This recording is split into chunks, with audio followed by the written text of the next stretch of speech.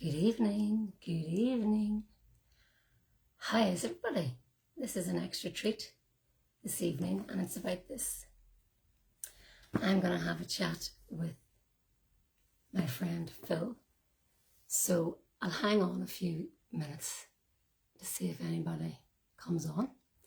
I know a handful of people said they'll come on. I have one eye, so when you come on, if you want to say hi and let me know.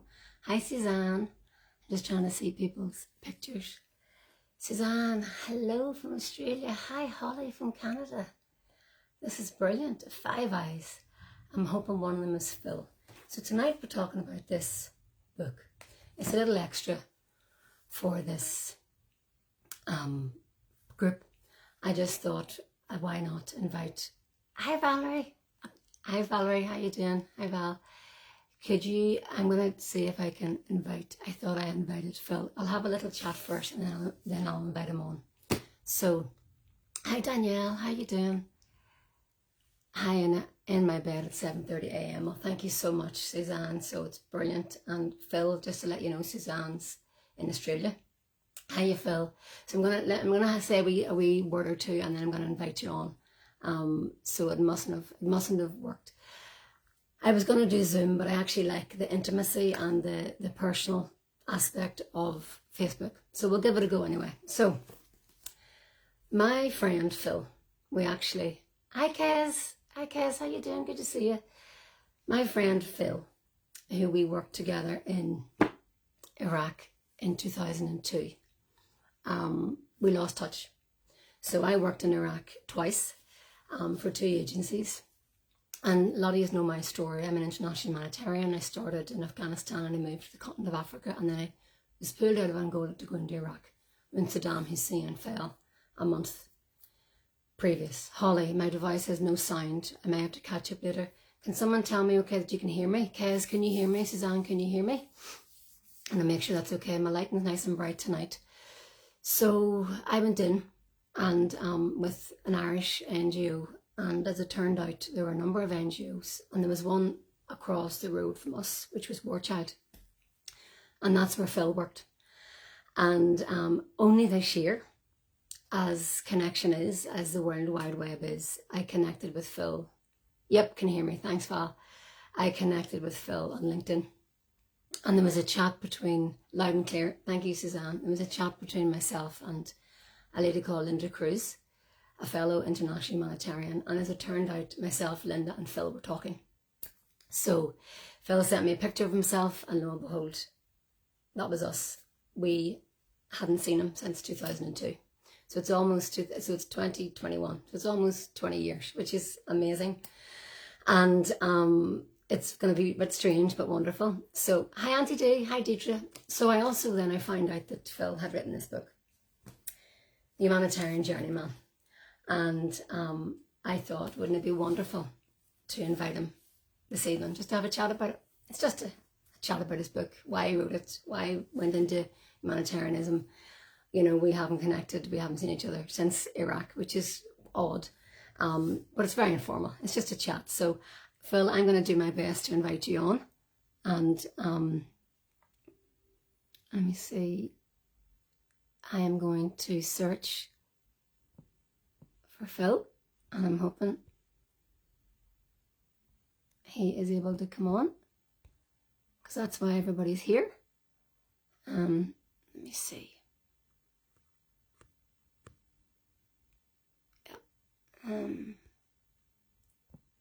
So for some reason it's not working. Let me see. There we go.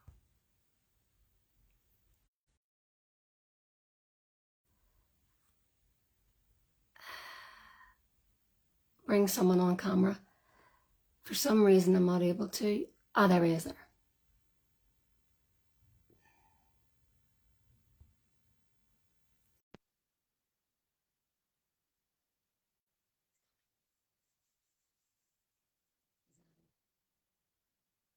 watching.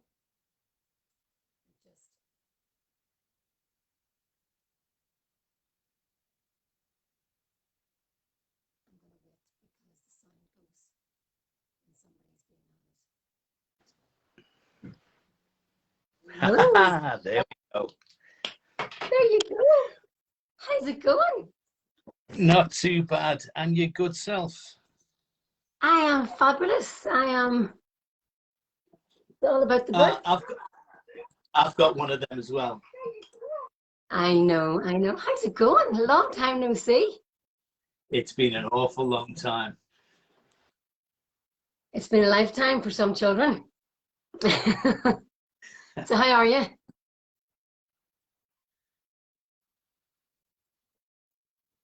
Yeah, Can you hear I me mean, okay, Phil?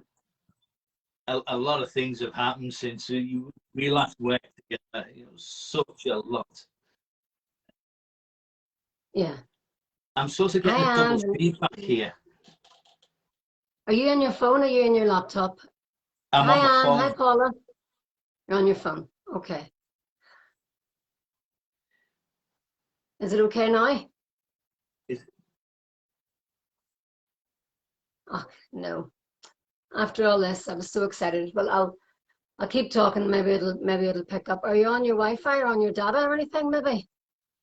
No, it's all clear for tonight. I think the thing that might be helpful is I'll give you the quick rundown of this massive gap that we've had. Yes.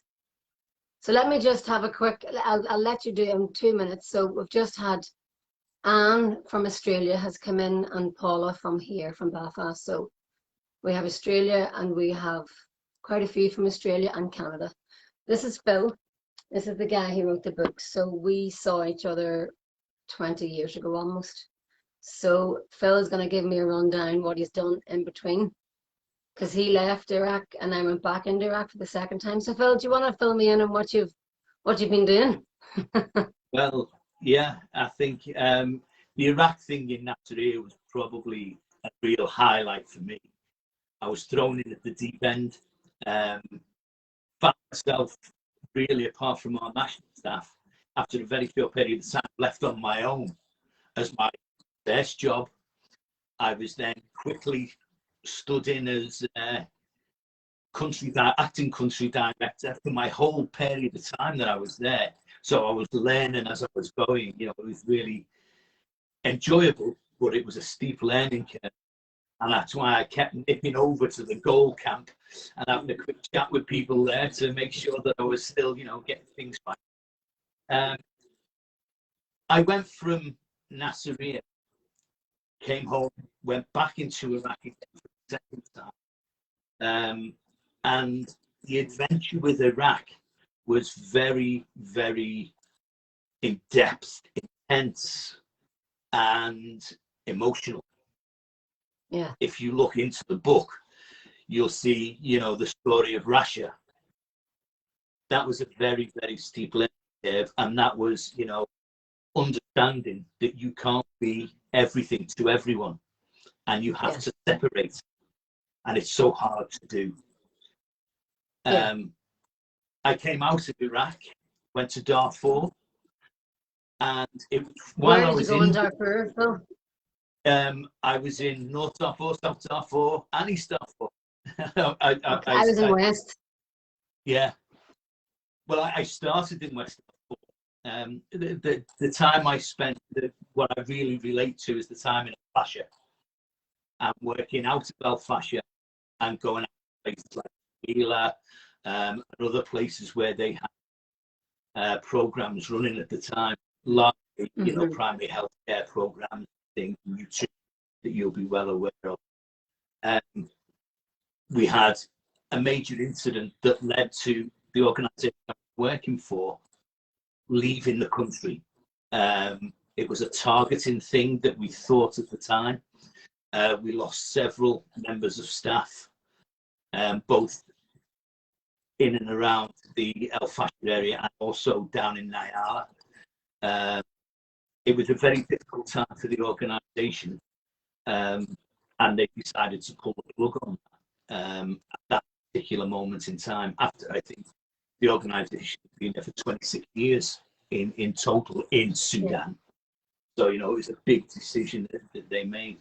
Coming back from that, I was offered a global position as a global safety and security advisor for one of the largest child-focused organisations in the world. I was on the emergency section there, and I was covering the safety and security for 64 countries at the time, on my own. I was the first one to take that job as a role. Been double-hatted by various people, but I was the first dedicated.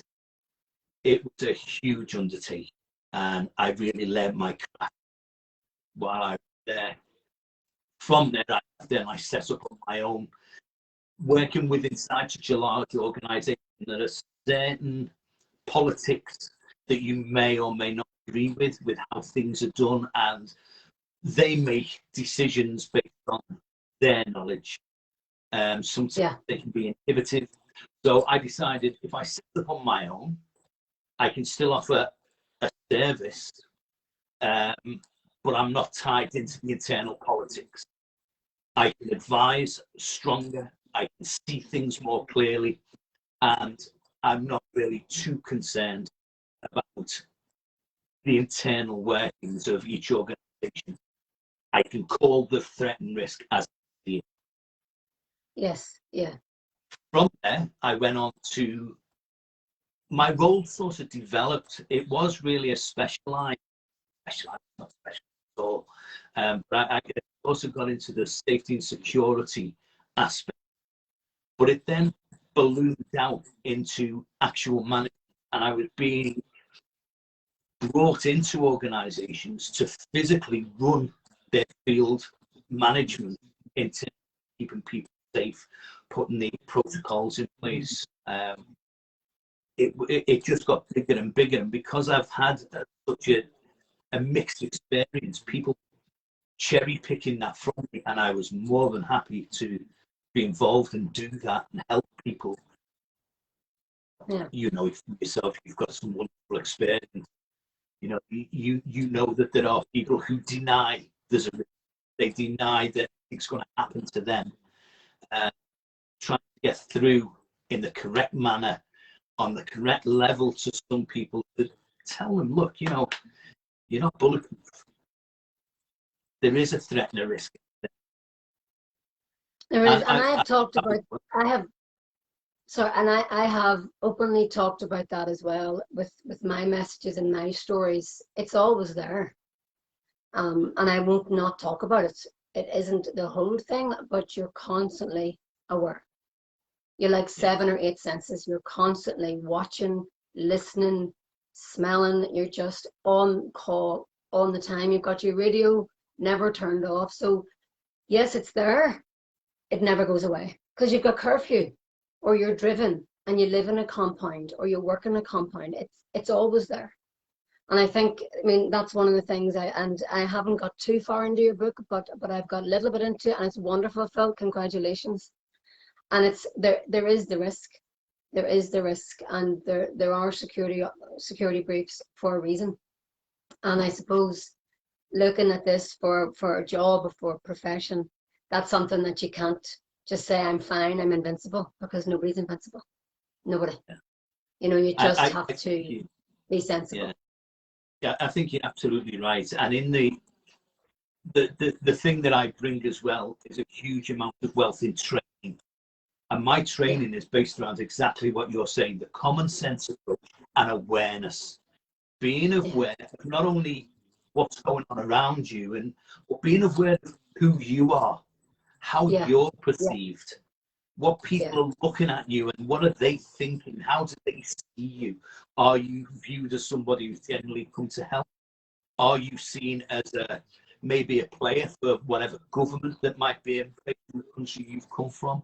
Do they see value in you? Are you wearing your Rolex watch and your gold chains and your diamond rings? These are all things that you've got to be 100% aware of. Not only how you deal with the outside, but think about how the outside views you. Because I often talk about it, and listen, with 8 watching, so if you want to say hi, please do. We're talking to Phil, the Humanitarian Journeyman. It's one thing you have to be really, really mindful of, because, I mean, I left home. I'm Irish, and I went to these countries. You're English. and you went to these countries. So you're not part of that fabric. So you look different, you sound different, your customs are different, your religion's different, your skin color's different. And you get into an environment where you can be perceived as, you know, an asset or a threat or just very different. Now, I know I have lots of wonderful experiences of being part of the community, and I'm sure you do too. But we're not that part. You know, I'm not Iraqi, I'm not Afghan, and neither are you. I'm not Sudanese. Hi, John Weir, nice to see you. So it's that concept that, because I often talk about everything's different, and everything is different. So it's, yes, it's what you're seeing, but then it's what the locals are seeing in you. Exactly. It's twofold, yeah. So Phil, you've been all over, and I'm curious, why did you even start? Can I ask you that? Yeah, I Is that started okay? as a a sort of leap from my military career. I was in the army for 22 years. I finished up in Kosovo, and I was working alongside NGOs as like a military liaison. And what I was really doing was seeing what they do, how they do it, and what their sorts of focuses are. I actually came across a couple of projects. There was children that had lost their parents and were just living in groups of kids in blocks of flats. All the play areas, the schools. This was immediately post-war. All the schools were closed, play areas had gone. There was nothing for kids. So the kids living alone and the sort of psychosocial aspect of the kids really struck home with me. And I thought, right, I've got two projects I would like somebody to take on. I got quite close to one organisation that I ended up working for in that city. And I said, look, I know very little about this whole thing, but here's my thoughts. And they went, that's brilliant. And they actually took those two projects on as additional to what they were already programming. Their boss came out, and I just happened to have a chat with him very briefly. When he went back eventually, I left the forces. I set up, not really knowing what I was going to do. And I seen something on the TV, and it was this Yes, I remember organisation. reading it. Yes, Yeah. yes. And I just thought, I'll pick up the phone. I immediately got through to the CEO there, who remembered me months back from what had happened there. And now we're talking a period of days. He invited me down to London, took me for lunch. That Friday, I was on the plane, I was flying out. And I was among And you see, the when I groups. was reading your introduction, I often talk about as well, because I have gone back, as you know, and people know I'm writing my book as well. I haven't got my book yet, but I will. But I'm going back to the Belfast chapter. But that's it. It's a matter of days, because I was working in England, and I was trying to get out for a couple of years and couldn't get, because it's hard to get out. I mean, you'd field experience, I didn't. But within, you know, a couple of days, you're down in London, you're having a chat, and all of a sudden you're offered a job. It happens really, really quickly, because a lot of the countries you were in, and 7 out of my 8 countries, were all emergency. So they need people quickly. Because I mean, I think you were a matter of days. You'd gone down, you'd had a chat, you went out for lunch, you come back, and had the interview. Your phone Valerie said, "I've got the job," and away you were on the plane. And that's it, because they needed you. And then you arrived, and your first post was Iraq. My first one was Nasiriyah. Yeah, that was my very first job. And the way that evolved, you know, the CEO there, I think you might know him. The CEO there was an ex-goalie guy anyway. He was fantastic for me. He had faith in me, trusted me, he gave me the responsibility. And a sequence of events happened, and I ended up being on my own largely. All the international staff, for one reason or another, left very quickly. It's hard. It was extremely hard. I was looking at the guys I had on the national staff were worth their weight in gold. And this is another thing I learned very quickly. And I've seen it echoed. There are some people who don't tend to give their national staff the lead the credit and Yeah. the responsibility that they should have. I am an absolute firm believer that they're the people who know what's going on, and they should be trusted. You should Absolutely. be Yeah. second to them. It's our country. This is the Exactly. thing I just described. I've took a number of planes to get in. You've taken a number of planes to get in. We don't speak the language. I learned a little bit of Arabic, shwaya shwaya, just to be Yeah. polite, how to introduce myself, because that's what you do. Well, that's what I do, and I'm sure that's what you did. But they know the ground. They know the customs. It's their country. But see, there's something that I picked up when I was reading. I mean, I often talk about respect, and I always give respect, but it must be given, and I think it should be given always to we're in country, because we're not from there. So how are we going to know? And I think when that does happen, and it does, you're right, it doesn't happen all the time. When it does happen, they're priceless, absolutely priceless, and also they can save your life because they hear stuff before you do. Because normally you need a translator. So if anything happens, they're like, right, go, Mr. Phil, move. And before you even realize what's going on, they've saved your life maybe because they know their land, they know their country. So I do agree with you. Unfortunately, I don't know if things have changed now. I know you're out a while, I'm out a lot longer, but absolutely, I think respect needs to be given to the people in country, because Yeah, they know absolutely. what's going on. The Yeah. most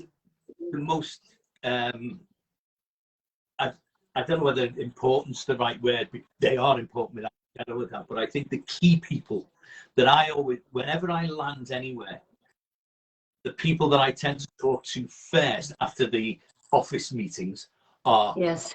the guards, the cooks, the cleaners, the people that are milling round each day. Yeah. There is where your information lies.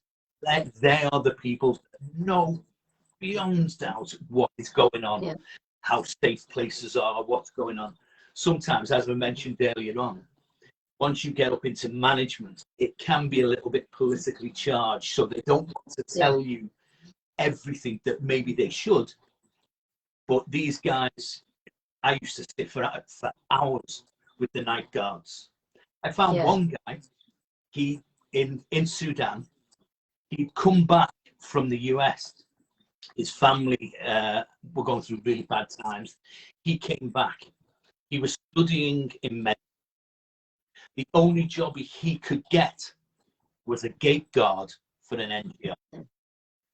I was just one of my first nights. I sat Yeah. with him and said, "Hi, how are you?" And he told me a story. And I said, "Do you not think you're wasted sitting here, opening and closing that gate?" And he was, "Well, I've tried, and nobody wants to employ me." And blah. Mhm. Before I left, he ended up being the logistics manager.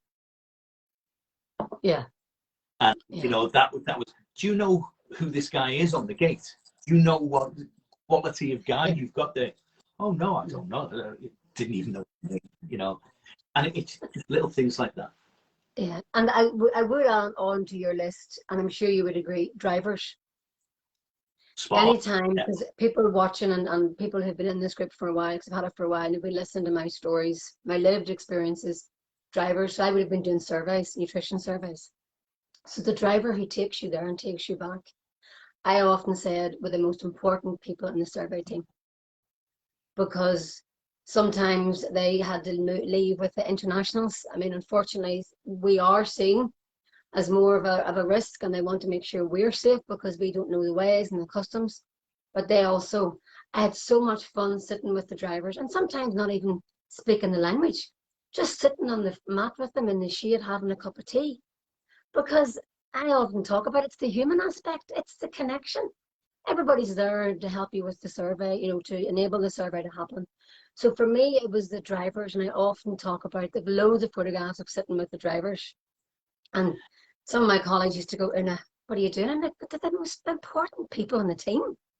It's crucial. You want to show me something, are you? I am, and you've just triggered me. One of in going back to fascia, one of the first things in El Fascia they used to do every Thursday was each NGO would take a turn to host an evening of some description. Yes. My organisation hadn't held one for quite a while. I arrived and said, I'm going to change that. we're going to have one. And that Yes. is, I don't, could you see that clearly there? Now, what That's page? all, What page is that, Phil? that is on page 174. And what it Yes, I got was, yeah, it. that was men Yes. to come as See you in your women, dress. women to come as men. And I printed out proper invites, done it all as formally as I could. On the Wednesday, I was called in by the head of OCHA, and he said, Phil, I've got a bit of a problem. I said, yeah, of course, you know, can I help? Your party tomorrow night. I said, well, it's not a party, it's just a get-together to blow off the steam and relax. He went, yeah, do you think it's correct that you're going to do something like that in a Muslim country? I said, I'm going to stop you there. I said, are you telling me just because you're Muslim, you don't have a sense of humour? I said, I'll tell you now, I've had my cleaners, my drivers, parading me up and down inside our compound, laughing themselves silly because I was dressed like this. Yeah. There's people get too narrow focused. And nervous and anxious and something different. And I mean, I often talk about it. It's hard. You do long days. Okay, there's this unexpected, this is like, you know, expectation to work long days, but then you shouldn't really, it's trying to not work too long. But if you're in an emergency, you're working long days. So you're up really early and you go to bed really late. And I mean, I started in Afghanistan, there's one day off, which was the Friday.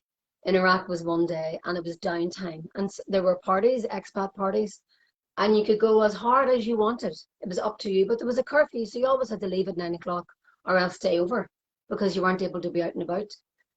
But there was a need to, like any job, there was a need to let off steam, but culturally aware and mindful of where you were, not being inappropriate, which I know you weren't.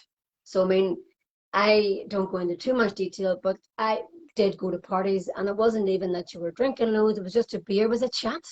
It was just to go somewhere and be talking. You know, we all love to talk, just to get away from the job that you were doing because it was so intense. I mean, I was dealing and measuring children for malnutrition. So that was very, very intense. And I did find a lot of malnourished children. So that was emotionally intense and physically intense.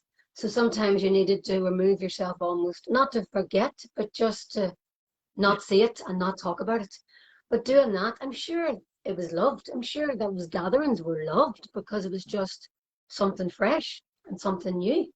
Not to forget, but just to, you know, almost to have a couple of hours of, okay, you know, we can all have a laugh, and we can all let off steam, and then we'll go back to almost like a recharge of batteries. Would you say it was a bit like that? Yeah. And I'm not going to spoil the book for you, but there is a bit about the curfew in there that I'm sure you'll enjoy. I'm just going to say hi, Nana, my friend Nana from England, from London. But yes, I mean, and a couple of lives ago, my friend Holly talked about the security because she said it isn't what's discussed, but it's there. It is there. So, I mean, you've said why you wanted to go, and I'm just curious. You've done it for 15 years, which is absolutely phenomenal. I mean, we met, it was my third or fourth mission. It was your first mission in the humanitarian. What was your hardest? What was the most difficult part of it? I know it's hard to pull out, and I know I want this to be positive and uplifting and inspirational and eye-opening into what it was like to be a male humanitarian, because I talk about it from my perspective. Hi, Nana. What would you say would be one or two of the hardest things that you experienced as you get into these countries, apart from being left on your own and having to run the shop? First mission in, that was hard. But I think the thing for me, I was always driven, and you know, I probably still am. I'm always driven by a need of trying to get things done to the best I possibly can, and understanding that you can't do that for everyone. You can't be all things to all people, and that was hard for me. And again, going back to the Rasha story, that was extremely difficult. And it was something that I went outside of the mandate to try and achieve, because it, rather than focusing on the overall program, I was now focusing on one person who was outside of our program, if you like. But I was so emotionally tied in because my daughter at the time was the same age. Yes. I was just drawn, and I couldn't let it drop. I've been asked if I go back in time and look at that again. I don't think I'd change it because that's a person I am. I've learned from it, don't get me wrong. But in that instance, at that time, it was really difficult. And I think the other thing, go on, sorry. I was going to say, do you want to just describe in brief? I know you don't want to give it away, but I'm just thinking people may not be aware of that story. Just, you know, if just, as I say, not too much, but just a little bit. If that's okay. Yeah. I was ahead. looking after, or the organisation I was working for was looking after all child focus programs, and one of them was looking after a series of orphanages. The one that was hardest hit in terms of facility damage, lack of amenities, was the girls' orphanage. And there was one young girl who was always sat alone. All the other kids were doing what kids do, run down, being mischievous, making a noise, but she was always sat alone. So I spoke to the manageress of the orphanage, and she called this girl down, and she'd largely, without going into too much detail, she'd been abandoned. She'd lost her mother during the war, the Iraq War. Her father was badly injured. He couldn't cope. She was given to an uncle to look after, but she had this illness. She had a series of very, very large tumours all over her body. And the most telling that you could see was one on her face that was actually pulling her eye socket shape. And she had to wear a gauze on it because she couldn't close her eye. Oh dear. Yeah. Now, having a daughter that age, I could relate to this girl straight away, knowing what girls that age should be doing. You make that comparison. The manageress told me that this girl had largely 6 months left to live. Oh dear. Yeah. And she was living such a dreadful life. Thing in my head at that time was, you can't do anything about this. Look after the orphanage, and the reflection of that will be that she'll be more comfortable if the orphanage is. I got halfway down the road, turned the vehicle around, had to come back. And talking to my driver, my program manager, I said, look, I can't walk away from this. There must be something that can be done. And I got involved in a whole process of trying to get this girl properly diagnosed, which I achieved. Trying to set up a series link of referrals to where the main medical point can intervene to help her. And that was away in Baghdad. It was the only place at that time.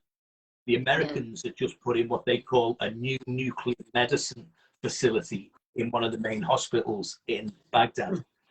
So because there was no referral, because everything had, fell apart, 13 years of UN sanctions, followed by the war, there was nothing. So I used my cunning wiles to make contact with people, try to link people up, get this girl some proper healthcare, which I achieved. I got the whole system of referral from Basra, which was where we had to take her for the initial assessment, to the Nasiriyah Hospital, which then referred her onwards to Baghdad. I set everything up, got everybody's agreement to treat her. The transport was done, everything, all off my own back. I paid for any outlay. I covered the wages of my team when we had to go and do various things. But I knew in the back of my mind, I shouldn't really be doing this because it's not my mandate, it's not my job, and there are bigger things that need attention. And it was such a conflict of emotion. Yeah. It was hard to break off from. I won't tell you the outcome because No, that is a main not the, pivotal part of that yes. chapter. Yeah. But I think that the other thing about being difficult is Al Fasher, the Abu Shok refugee camp, and Yeah. seeing Yeah. people who've been walking for, some of them have been walking for longer than a week, eating nothing but leaves, babies being born en route, and that was the wake-up call. That was the slap in the face to say, this is the harsh reality of what's going on. And it's just so vast. The Yeah, camps are so vast. It's just tent after tent after tent. yeah. Suzanne has just said, tears are welling as Phil is opening up the guts of the matter. I mean, and this is the reality. I mean, you were there to enable people to enable themselves. I was not in as a mother. I was a single lady at the time. You were there as a father. I didn't think I could go back as a mother, because if I saw that, you're thinking, I need to assist. I will do what I have to do. And that's what you did. It's human nature. And in the back of your head, you're thinking, it isn't the protocol, it isn't the policy. I shouldn't. But this other side's going, I have a daughter. I'm doing this. I'm doing it. And you sit here today, you've done it. And I believe there was a positive outcome. And that's wonderful. And you've changed a life and you saved your life. And that's, I suppose you made the decision at the time based on the information you had, and that's what you did. If you were to go back, you'd probably do it again. Knowing you probably did exactly the same. And I suppose that's the reality, is it's lives, it's people, it's humans, it's children, it's mothers, it's fathers. They just happen to be in a post-mortem or famine or drought, not by choice. Do you know what I mean? Hi, Rosalind. Rosalind says hi to Ina and Phil. She's a friend of mine from England. So that's the humanity of it. They're people here in these difficult situations, and with Iraq, everything was destroyed. There's no structure, no infrastructure. Beautiful, the hospitals, the bridges. It's heartbreaking. So yes, it is hard. It is hard, and admirable what you did. It wasn't done for that reason. I know it was done because that's what you wanted to do at the time, and that girl was had a positive outcome because of that. And I know that's changed you, and I know you were in the field for 15 years. I mean, it's hard to say what were you like before to when you hung up your humanitarian boots. It's definitely changed you, Phil. Is there anything that you would think, one or two, because I know you do lots of talks and done lots of talks about your own business, and education as well. Is there anything or one or two things you'd go, that wasn't me before I did this work? Or I will never say that or do that because of what I've seen and what I've experienced. I know it's a difficult one to ask, but I know I'm more grateful. I'm more appreciative. That's right away. I see everything, and I'm grateful for my house, my water, my electricity. Is there anything or a couple of things that you think that's definitely changed for me for the better because I did this type of job? Well, you'd have to ask Val whether it changed me for the better, but I think if I'm going to be absolutely honest, I think the things inside of me have been enhanced and magnified. And yes, I appreciate things. I make comparisons all the time in my head, and it's one of those things that you can't help. You look at that and you think, God, I'm doing this and now this. But I think with me, it's made me filter out noise, irrelevant noise. And I am more now, more than ever, and I think I've carried that with me ever since I've finished, is that I don't suffer fools. I look at problems with a turn to, how do I fix it? Everything else is why the problem happens, and everything else is secondary. It's, what is the problem? How do I fix it? What do I need to do? And if somebody's asking me a question and they start talking about, oh, well, I done this because we went here and we done this. Sometimes I can cut them dead. I don't mean it to be rude, but it can be, okay, you want to ask me something. What is it you want to ask? And what is it Yes. you want me to do? Tell me that and I'll do it for you. But I think that noise around conversations, I try to do it as nicely as I possibly can. But I'm I find that sure, yeah. Mm-hmm. I find that Because there is my an awful lot of level of noise. listening to that. Yes. My auntie Dietrich Duffin has said, Phil is such a lovely man. I hope he relaxes playing his lovely guitars. Are they yours? Yeah, they're mine. Are they I've yours? got 4 and I play Because them very badly. Dietrich, my auntie, she's got 3 sons and 1 daughter, and all the boys play, all the sons play. So there's always guitars in Dietrich's house. Dietrich is my mummy's sister, only sister. Um, but yeah, what were you saying there? You were saying Yeah, about, just yes, about how it's filtering changed. out filtering out the noise, because sometimes, because when I'm in meetings and I'm discussing things, I wouldn't really say that much, but what I say is significant, because there's an awful lot. And I think because what we've both experienced, you for longer than me, but have still experienced it, is it can be life and death, and it can be where you've only got this and you got to do that. So how do I do it with that? So you become really creative and really focused, because sometimes you're so time bound and you're so resource bound, you just get it done.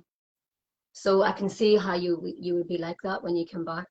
Another thing I wanted to ask is, if there's anybody watching who has daughters or sons or anybody, I mean, this is the thing, you can go into this role at any age. I mean, I was very young, I was in my early 20s. Others had gone in later. And I often say it's never too late. Is there anything you would say to somebody, keeping it real but keeping it upbeat, if they were looking into going away and doing this as a job? I mean, I would class it as a vocation, because you don't take it lightly, because the second you arrive, you're absorbed into the role and into the community and into your friends and your staff and everything, and you can't get away from it. But is there anything that you would, advice or thoughts, if somebody was sitting, oh, I've often thought about being a humanitarian? Is there anything from all your experience that you would say I think that that the would be first good thing to I hear? would say, yeah, I think the first thing I would say is be true to yourself, be true to who you are, and ask Yeah, yourself the question, are you resilient enough?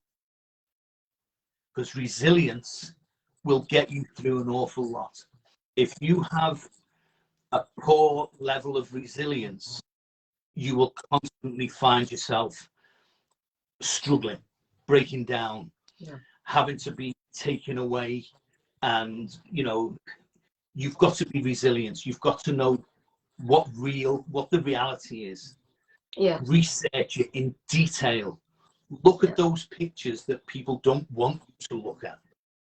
yeah, See those things and think to yourself, if that was in front of me, how will I react? Now, I know most of us won't know that until we are in front of it, but it yeah, prepares your mind. It gives you a sort of a framework to hang everything else upon.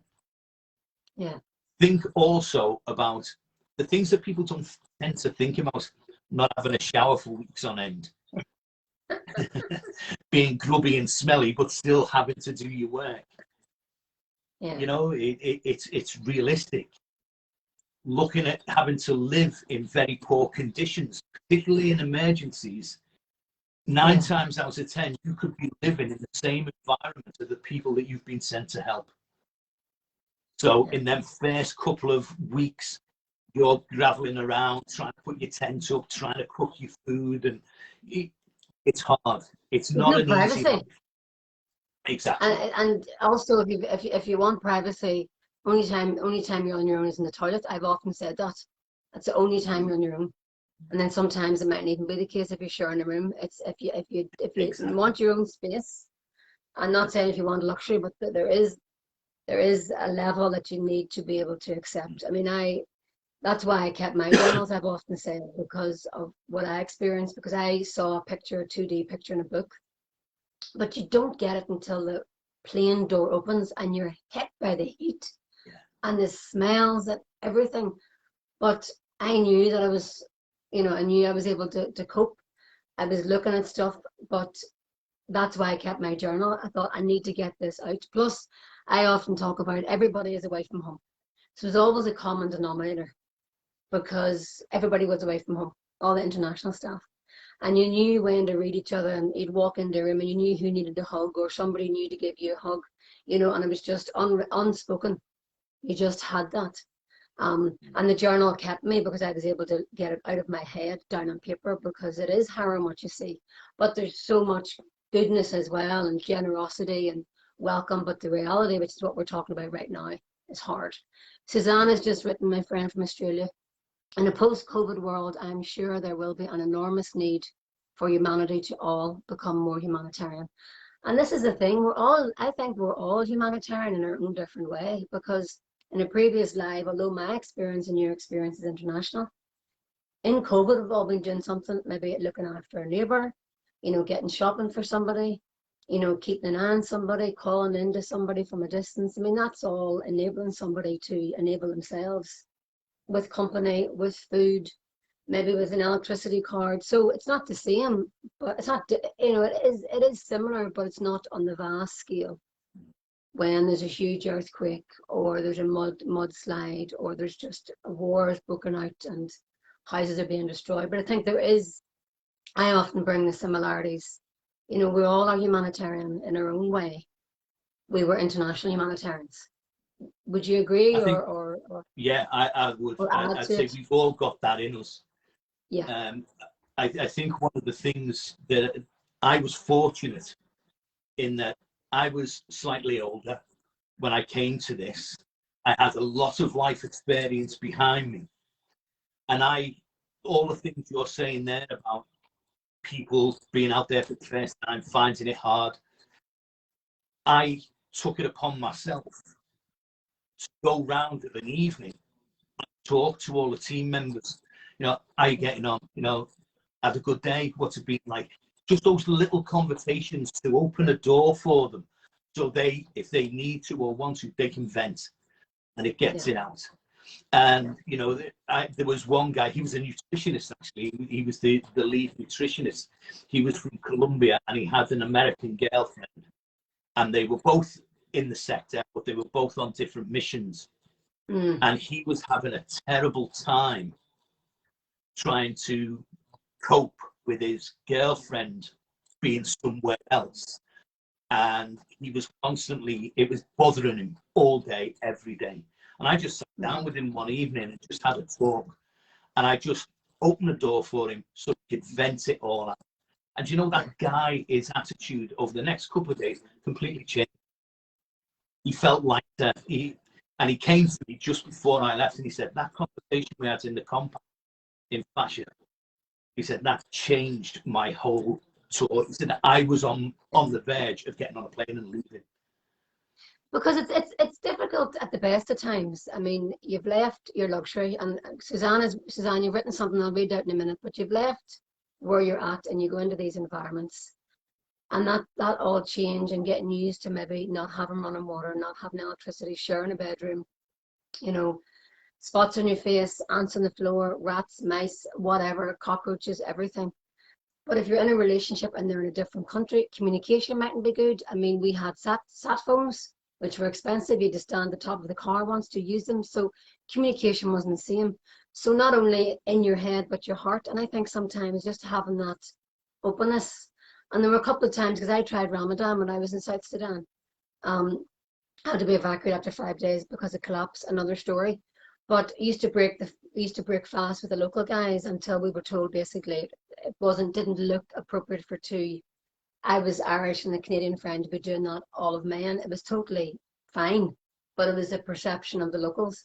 But just sitting down and chewing the fat, having the crack, and just going, and just having that, and it was lovely because you almost felt as if you were at home with your mates, because it was that relaxed. And I think it's important to have that, because there is an expectation to work hard.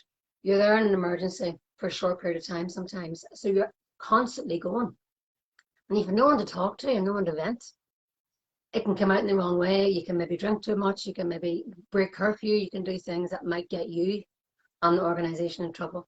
I just want to read what Suzanne said. The grassroots are so important, and I have not seen people sleeping on the bus shelter until yesterday morning. She's living in Australia. I live in an affluent area. Things are changing dramatically and very quickly here. It is, that's with COVID and with, hi Melissa, I was just calling in from America. How you doing? Things are changing very, very quickly because of COVID, and jobs being lost and situations changing, and people are having to become more adaptable. I'm not comparing Nazarea to maybe Australia, but I think people have had to adapt and change and become more creative and dig deeper than they've had before. Without getting too heavy and hard hitting, we're here to talk about this. But it's true, Suzanne, things are changing dramatically very quickly here in Ireland as well. Tell me this, Phil, very last question. Why did you write this book? That's the easiest question I've had all night. I have been bugged, prodded, nagged at, told off by Val, Vicky and Ryan, my son and daughter, to get my experiences down on paper. I sit and tell them stories when I come back. They see, you know, how it affects me in different ways and things. And they've always said to me, you need to write a book. Me being me, who'd want to read that? I'm Phil Jones. I'm a little scally from Liverpool. Nobody's interested in my story. I then, when we went into the first lockdown, and our business, which is based around education, sort of folded almost immediately. We weren't busy, business had tailed off, so I found myself at a loose end. I'd been interviewed on a radio show a while ago, and the guy, I was talking about kidnap situations, which I do a lot of training on. And he had me on the radio show, which was supposed to be a 10-minute slot. It went on for nearly an hour. And he said to me, when the show was finished, you've got to write a book. So with that in mind, my family egging me on, lockdown came, I just came down and said, right, don't bother me. I'm going to write this book. And I just went and sat down and started writing. The reasons are twofold. One, it's basically my life story. I've had to fictionalize it to protect organizations and people, but they're all true events. They all happened. Yeah. So it gives my family a record of my life. That was first and foremost.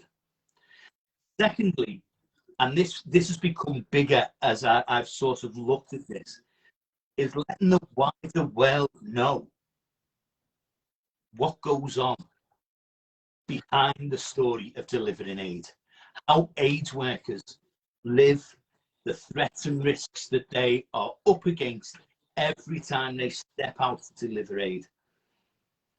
It's a huge story that I think's being overlooked.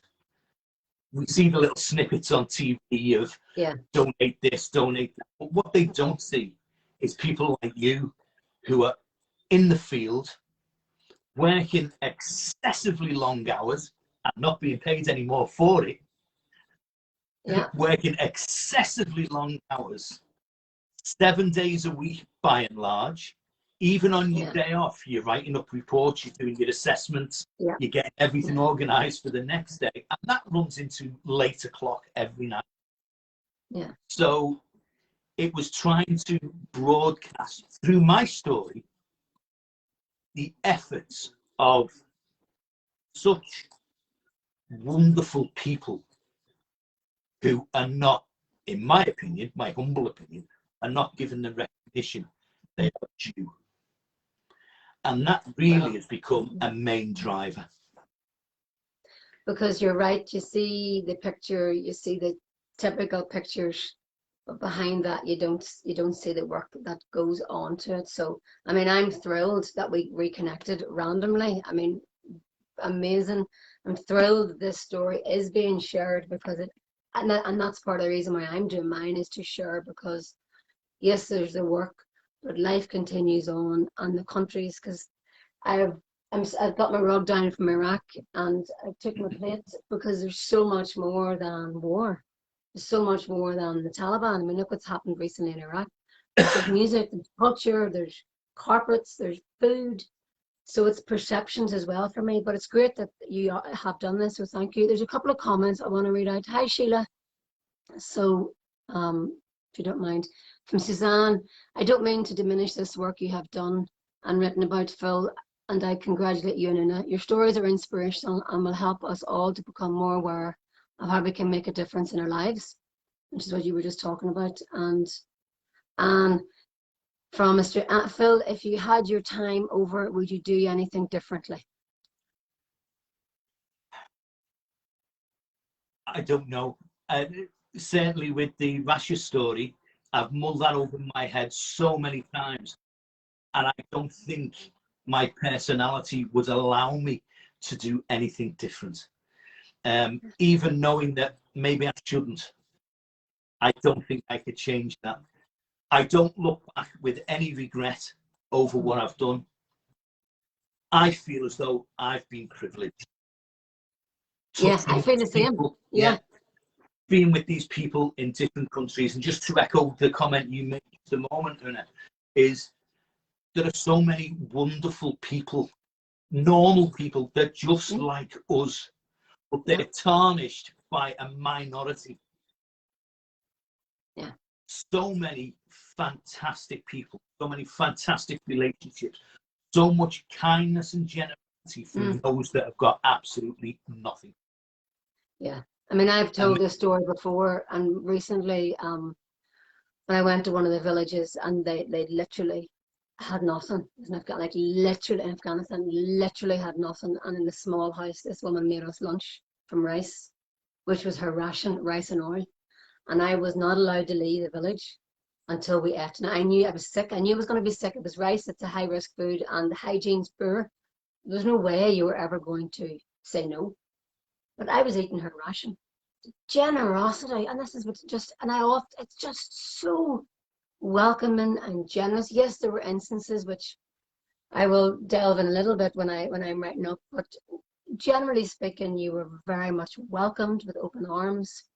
They were privileged you were there. I was, like you said, I was more privileged that I was allowed in, because you don't just, and because there was an organization when I was in Afghanistan who were sent home because they were there to build roads and didn't follow the normal etiquette, just assumed because they were there to help it would be welcomed. So it's like anywhere, you have to respect where you are and what you're doing.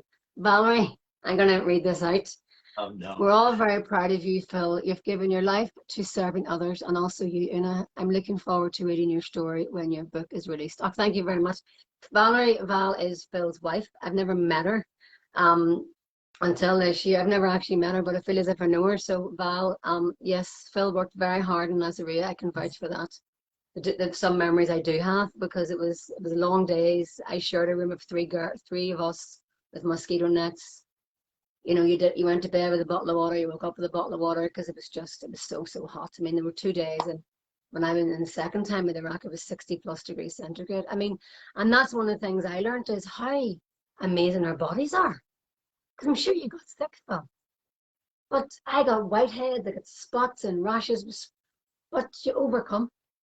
You overcome. And that's one thing, resilience for us mentally, but also physically. Because the conditions and the heat that we have put our bodies through, our metal stomachs with the food we've eaten, but we've come out and we are who we are now. Well, listen, Phil, I've thoroughly enjoyed seeing you again after 1 year. And maybe, hold on, really, Aisling. Hi, Aisling. Really inspiring experiences. Thank you for sharing. Aisling, she's a friend of mine just from the north here. So we've had a couple of comments on here today, Phil. So what I'm going to do is I'm going to ask Phil after this live to put his link in. It is to promote the book. It was to have a chat with you. I know it's not a hard sell, but it is to promote the book. There's more stories in the book. I've managed about 40 pages in, standing up when I shouldn't have been doing it. It's very, very easy to read. I actually have to prepare myself and clear my day because I know I will be emotionally attached to the stories. But that's, I suppose, the difference I have because I've experienced some stuff you've experienced. And even in my last live, my parents were on, and I read a line and they were on, and I got quite upset. So although it's many years ago for me and maybe not so much for you, it's still, it was very emotional. You know, it's still there. You close your eyes and you're there, and the smells of it was very emotional because you're dealing with people who didn't ask for what happened. So you can't separate that. So if you want to read more stories, Phil, the successful published author, Hey! and friend, yes, he thinks he's a nobody, which is totally untrue. You had a story to tell. Not everybody shares the story, and you shared the story. So fantastic. Absolutely delighted for you, Phil. And I'm thrilled that we reconnected again. Oh, Nana, looking forward to reading Phil's book. Enjoyed your conversation this evening. Thank you for sharing. Which we thought we were going to talk for 15, 20 minutes. We've been on for an hour. One more comment. This is new knowledge for me. And I thought today, as I packed to move, how much abundance I have had. And I felt grateful. I look forward to reading this. So spreading the message, spreading the word. You know, there's a huge chunk of what is expected in the field not discussed. But this is eye-opening because I think it needs to be talked about and it needs to be acknowledged. And it is a vocation, and you need to be a certain type of person. There was somebody in our team in Afghanistan went out for the wrong reasons. He went out just to fill some time. He didn't last very long because it's extreme. You know, Yeah. it is extreme in lots of things.